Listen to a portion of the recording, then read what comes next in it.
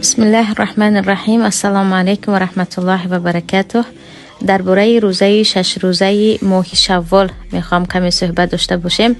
در ماه حدیث است در صحیح مسلم که پیامبر صلی الله علیه و سلم میگویند من صام رمضان ثم اتبعه 6 من شوال کان کصیام الدهر. هر کسی که ماه رمضان رو روزه گیرد بعد از این 6 روز دیگر از ماه شوال روزه گیرد به مثل اینکه 1 سال روزه گرفته است.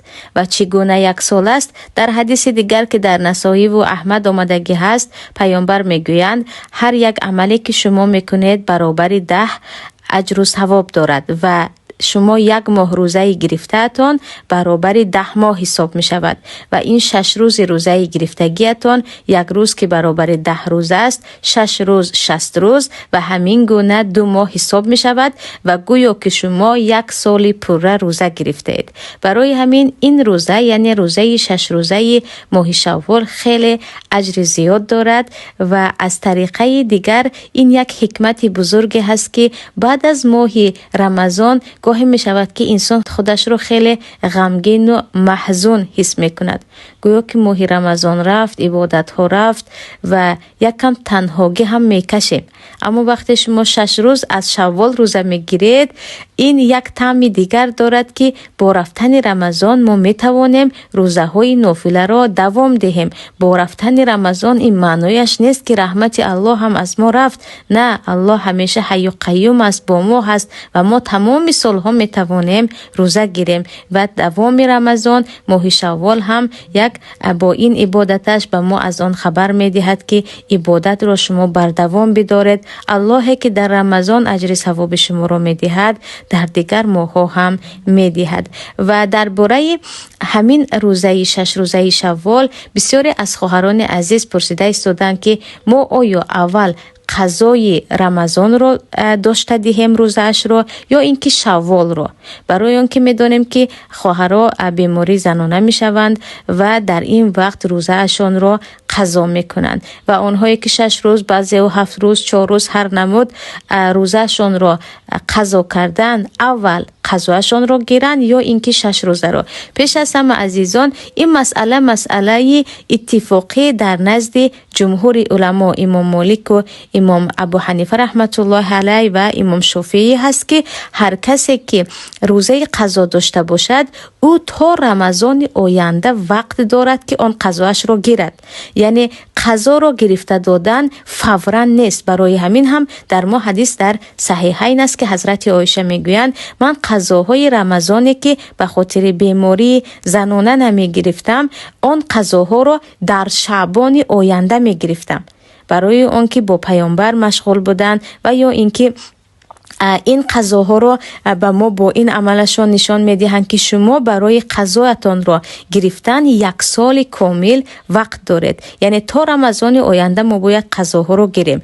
اما این روزه شوال فقط مخصوص ماه شوال است. پیامبر صلی الله علیه و سلم اتبعه 6 من شوال کلمه شوال رو در اینجا آوردن که این 6 روز مدتش 1 ماه است. برای همین اگر بعد از ماه شوال 6 روزه باز می‌دارم گفتید دیگر به این ثواب نائل نمی‌شوید. انا برای همین جمهور علما میگویند زنک میتواند که قضاش را نگرفته اول شوال رو گیرد سپس قضاش را گیرد برای آنکه برای قضاش را گرفتن 1 سال کامل وقت دارد اما برای شوال وقت محدود است. و اینجا بعضی از علما از جمله امام احمد و بعضی از علمای عربستان سعودی هم در این باره میگویند که نه اول قضا رو گیرید، نباید شما روزه تطوع یعنی روزه نافله شوال گیرید برای اینکه قضاتون به گردنتون فرض می باشد و شما فرض رو تمام نکرده حق نداره 6 روزه رو گیرید. ولی حدیث حضرت عایشه برای ما دلیل می شود که حضرت عایشه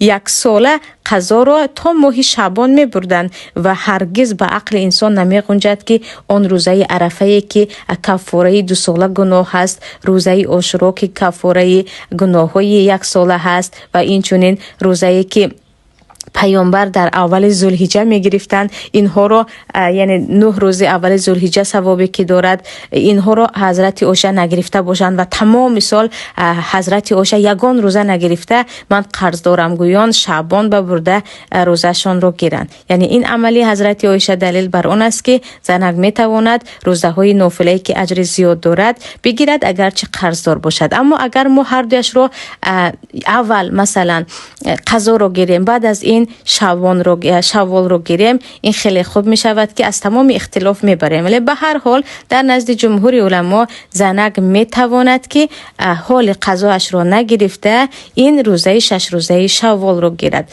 و چیزی دیگر در این است که روزه 6 روزه شوال حتمی نیست که شما پی در پی گیرید و مثل رمضان هر روزش رو هر روزه گرفتن در یگان جا آمدگی نیست. ماه شوال یک ماه هست، می توانیم در یک هفته دوبار گیریم، می توانیم یک روز گرفته یک روز نگیریم. یعنی حتما پی در پی گرفتن شرط نیست. و این چنین اگر در غیر شوال مخصوص روز جمعه روزه گرفتن مکروه باشد یا روز شنبه مخصوص کرده روزه گرفتن مکروه باشد، اما روزه شوال رو روز جمعه هم گرفته می شود برای اون که نیت روز جمعه رو مخصوص کرده نه و همین 6 روزه ماه شوال رو گرفتن می باشد.